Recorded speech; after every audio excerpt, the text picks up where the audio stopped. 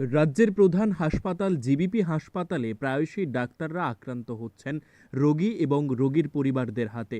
যদিও এই বিষয়ে স্বাস্থ্য দপ্তর বিভিন্নভাবে উদ্যোগ নিয়ে ঘটনাগুলি তদন্ত চালিয়ে দোষীদের শাস্তির ব্যবস্থা করে দিচ্ছেন। চলতি মাসের 1 তারিখ ফের মদমত্ত অবস্থায় দুই ব্যক্তির হাতে জিবিপি হাসপাতালের মেডিকেল পড়ুয়া নিখিল এস নামের এক যুবক মারাত্মকভাবে আঘাত পায়। রীতিমতো ওনার মাথার বিভিন্ন জায়গায় আঘাতের ফলে বর্তমানে হাসপাতালের ট্রমা সেন্টারে আশঙ্কাজনক অবস্থায় চিকিৎসাধীন। এরই প্রতিবাদে সোমবার সরব হয় হাসপাতালের মেডিকেলে পড়ুয়া ছাত্রছাত্রীরা। তাদের দাবি, হাসপাতাল কর্তৃপক্ষ এবং প্রশাসন দুষ্কৃতীদের বিরুদ্ধে মামলা গ্রহণ করে দৃষ্টান্তমূলক শাস্তির দাবি করতে হবে। এখন দেখার বিষয় প্রশাসন তাদের বিরুদ্ধে কি ব্যবস্থা গ্রহণ করেন। উনি রেডিও ডায়াগনোসিসের থার্ড ইয়ারে পিজি। ওনাকে রাত 11টার সময় 1 তারিখ ওনার উপরে হামলা করা হয়। কিছু লোকাল মিলে ওনার উপরে ড্রিঙ্ক করে ওনাকে হামলা করে 1 তারিখ রাত্র 11টার সময়। উনি গুরুতরভাবে ইনজিউর্ড হন এবং এখন ট্রমা সেন্টারের রেড জোনে অ্যাডমিট আছেন।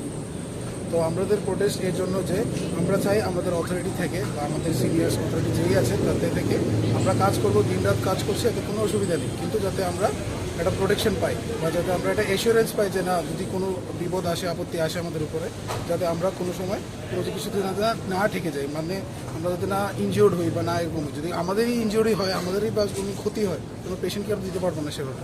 আর একটা জিনিস হচ্ছে যে এরকম আমরা আমরা আমরা আমরা পড়াশোনা করেছি, ডক্টর হচ্ছি, বা যারা পড়াশোনা করছে ডক্টর হচ্ছেন, ওরা হয়তো ওদের যা জুনিয়র্স আছে ওদেরকে দেখেও বলবে যে মেডিকেল প্রফেশন আসতে, কিন্তু এসব যদি দেখে ওরা আসতে চাবে না।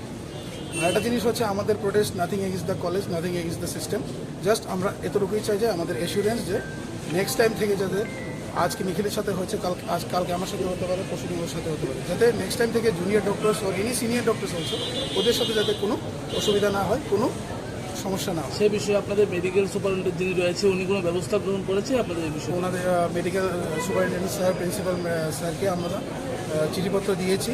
ওনারা বলেছেন যে ওনারা হার্ড স্টেপ নেবেন এবং আমরা ওটার জন্য ওয়েট করছি যে ওনারা কি নেক্সট কোনো ইনফরমেশন দেবেন।